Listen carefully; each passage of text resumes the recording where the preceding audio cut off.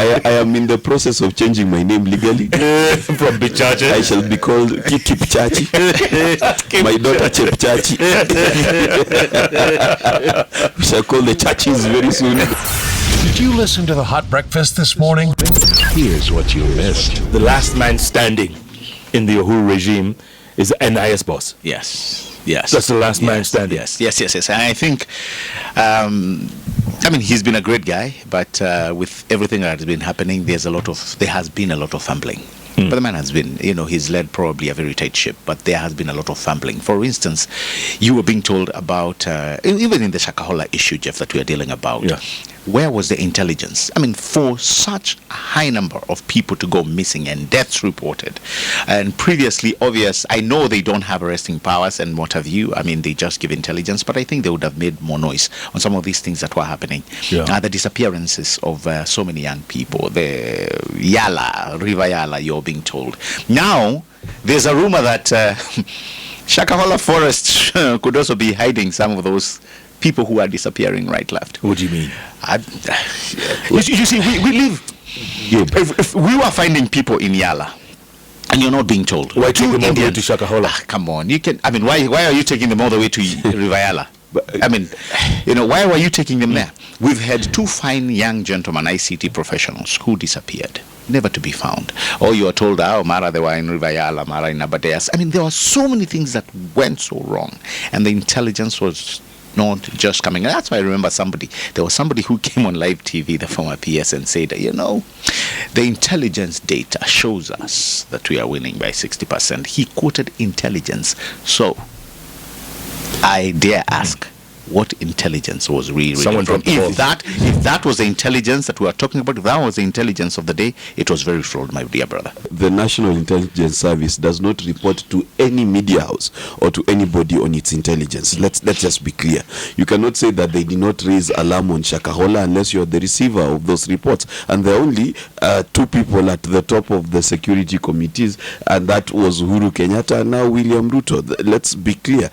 Number two, we know that Mackenzie was arrested twice, so you cannot say that intelligence was not aware. Intelligence does not swoop into people's houses and do raids CIA style. We do not have that kind of money or standing in the world. So looking, when you want to hunt someone down, you give them a bad name, and that's what Gabe is trying to do. The River Yala people were not, and the president himself, when he was dismantling the special squad that was in charge of extrajudicial killings, was intelligence mentioned? No. On the other hand, on Saturday on NTV, sorry to mention a competing station, but there was a special show on Lamu and how it has become safer due to the processes that intelligence has done. We've forgotten that we used to live in a country where there was a terror attack every 2-3 months. We've not had a terror attack in a while. And number two, a politician quoting intelligence, my friend, it could be the intelligence of his bedroom with his wife. You cannot say a politician said, intelligence said we are passing by 60%. Politicians lie all the time. Listen, if you want to fire the guy, just fire him. Don't ruin his track record so that you find an excuse to fire him. And as someone who's been fired, it's okay. Imagine, it's okay. You don't like us, we are at the back of the line. It's fine. We are still in Kenya, going to mend our happy. So if you're going to fire us, don't malign us in the papers and give us bad names. Just fire us. We know we do not follow the naming nomenclature. We don't come from the right genus and phylum. It's okay. This idea that we have to suddenly make people look bad just so you fire them is not fair. The same guys who are saying don't mess our names, do you know they went rogue? And sometimes I wonder, why are we in the same country? If you just hear the things that were said about the current administration back then, every day, nicknames, memes that were being designed, Mark was among them. He was in those class. Mark was creating memes. No, I'm not saying you're creating memes. Mark remember the guy. He was exactly. If there was one I can point, and Mark, I know will not deny, was Mark went rogue on Rigiji until at one point Rigiji is asking, "What did I do to this young?" Doesn't even know me. Mark was hired to just shame Rigiji. But anyway, no, Rigiji was anything. Rigiji was so many things to Hasn't Rigiji proven everything I said? What has he proven? There's nothing he's proven. His intellectual capacity is on display every time he gives a speech. And you think the man is not smart? He wants to blame me? You think the man is not smart? I did not say. I said his intellectual capacity is on display. You concluded he's not smart and you're blaming me. Look at this one. No, it's the names they are talking about. Oh, save our names, save our reputation. What reputation? What names are we saving? No, Lima. Anyway, back to the intelligence, which I think is actually a very important topic that we are having this morning. I think, yes, it depends on the kind of intelligence that you get. Mark is talking about a politician coming on live TV and saying things. This was not a politician. Yeah, this was somebody so in tune with intelligence. As a matter of fact, he was a PS interior. Now, the thing about, there's no terrorist attacks and what have you, if they followed that intelligence, then I'm assuming they would have followed each and every other intelligence. You see, Jeff, reporting is not the only thing. It's putting something that is so sober on someone and saying, we must do something on here. By the way, you've heard reports, Nick, of people who talked about, and sorry to bring this back many years later, who talked about September 11th and nobody did anything. You remember, Jeff? What happened to those people? Most of them were indicted. Because the minute you come into contact with information and knowledge, the next thing we expect from you, Jeff, is movement and doing something. There's a knowledge that demands responsibility, whether we like it or not. And this is what we're talking about. Shakahola. This was a knowledge that demanded responsibility. The young people that we've lost in this country, whether you're talking about extrajudicial killing and the intelligence brought into the fore, we demanded responsibility back then as we do now. Okay, speaking of Shakahola, Bichache, why would Baba want to visit Shakahola? Baba is a man who, for all intents and purposes, is at the end of his political career. That reality, that light, is hard to deal with. And when the light is about to dim, there is a poem that says, rage, rage, rage against the coming of the night. And what Baba is doing is he's doing everything in his power to remain relevant and to fend off the very many hungry hyenas that feel that his fiefdom is up for grabs. In part of doing that is then finding himself in situations that he should avoid, but because he's addicted to this being in the public, then he's still attracted to it. That's my only conclusion. Because at the end of the day, even being seen by with Pastor Ezekiel, who when he landed the other day besmirched so much and calling him controlled by State House. I don't know whether you remember that statement. Then how do you turn around and appear with him the next day? But at the same time, remember, he has been called Chawi. He's been called very many different names, including now a grave lover. Yule Muganga. Yeah. So at the end of the day, being close to church is perhaps one of the little political gains he can make, because as we know, the church full went to State House, prayed in tongues. Became, how many intercessors, Gabe? Have you guys had 100? Faith diplomacy, So there is also the political angle of church, and UDA owns the church now. You are not quite saved until salvation. You confess Jesus, you get baptized, and then you join UDA. That's salvation nowadays. I think Baba showing up in Shakahola was not just a gimmick, was not showing up just to create news. I think it was misplaced.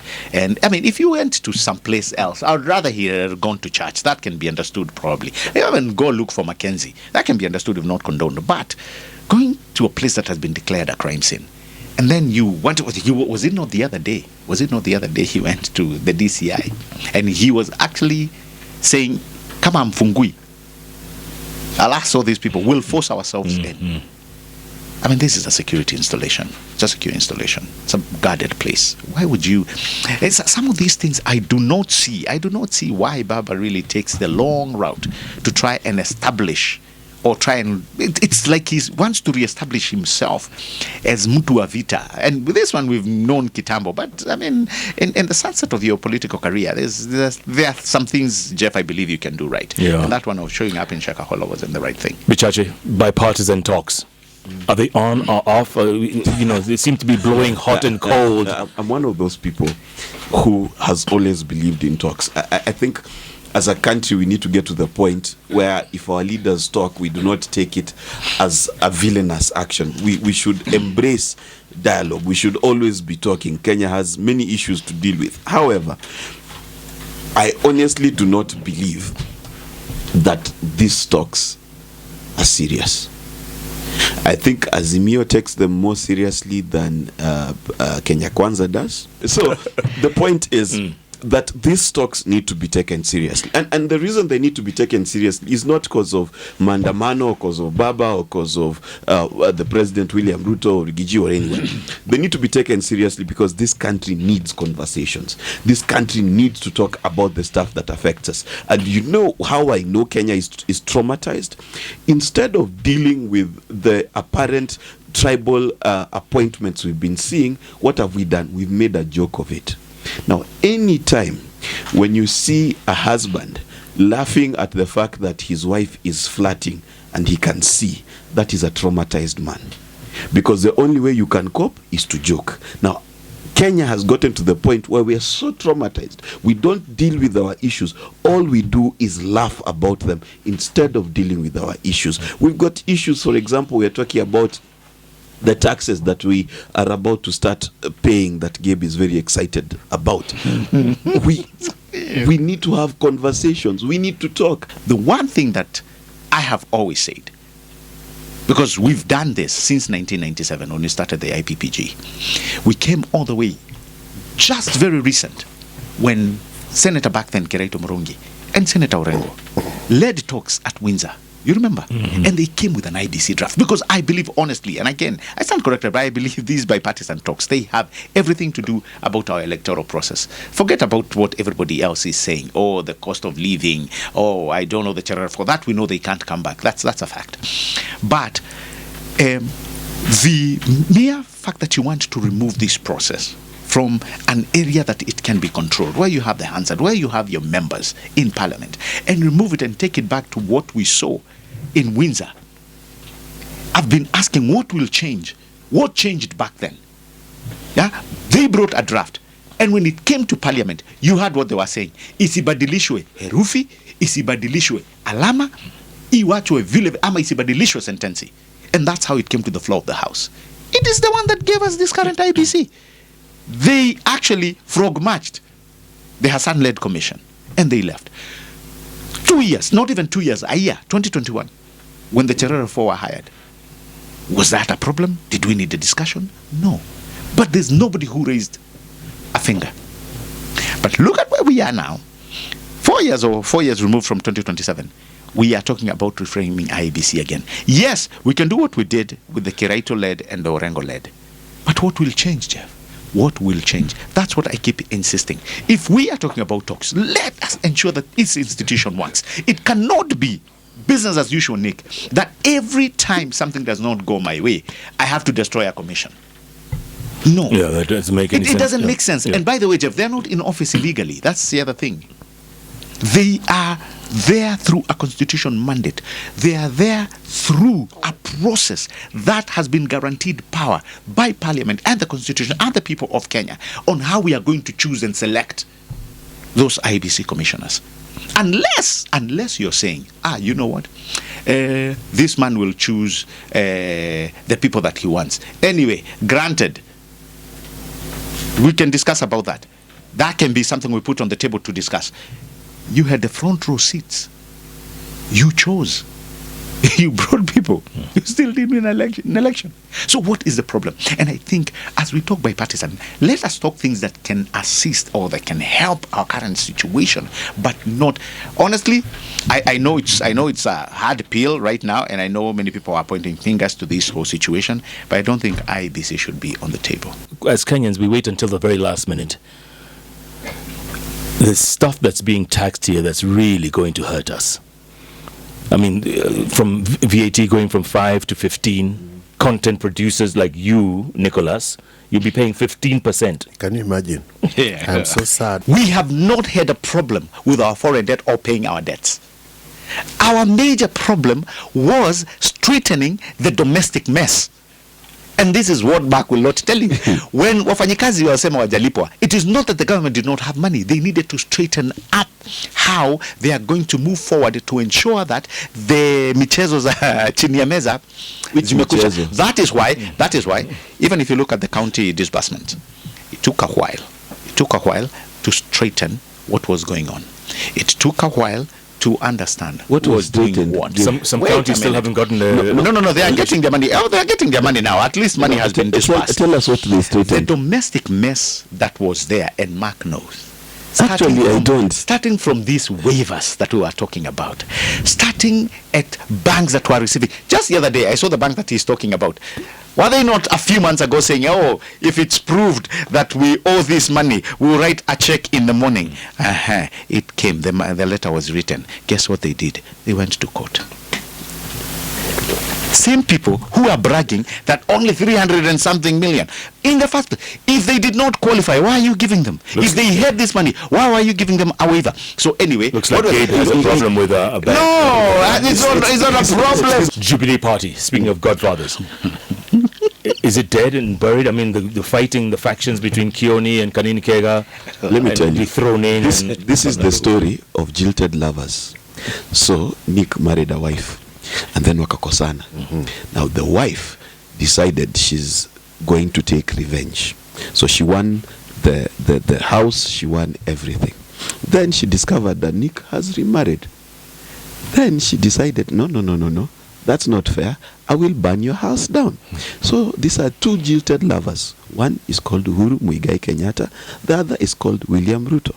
Jubilee is a house in disarray. That's one thing. But the most unfortunate thing that I saw is our former beloved president, Uhuru Muigai Kenyatta, who months ago you could not come close to because of the trappings of power. He is in the streets now, acting like an activist with the ghetto president Gaucho, surely saying haki yetu, tunataka chama yetu. The chama that they are talking at one time had a super majority in parliament. Right now they have a paltry, how many members? Like 28. Yeah. If there's a class somebody needs to study, in fact, I'm going to write a paper about Jubilee. If there's a way never to run a coalition or a party, Jubilee is a very good example. I can understand Akina Sabina Chege and these other guys. Now you understand where the jilted lover angle is coming from. I can understand them fighting. Yeah. But I don't understand what the head of state. And then for somebody like Mark to bring William has a very progressive party called UDA. Aliachana na hiyo kitu. You moved out of a beautiful building in Pangani. Hold on. Mumeenda kwa store. Of these issues in Jubilee started after certain MPs visited State House. So, do I need to explain more? Gabriel tried to act. Me, I'm stating the facts. Yeah. This is simply beef between Uhuru Kenyatta and William Ruto. And somebody wants to burn down a house. You have several MPs from ODM visited State House. As ODM Sambaratika, no. If you wanted to know where the matches for lighting the house came from, ask no further than Gabe's Jalash has been to State House several times. Where is our friend Jalash? But is ODM going to Sambaratika? I don't think so. No, but you believe they need to put their act in order. No festival Sambaratika. No festival Sambaratika.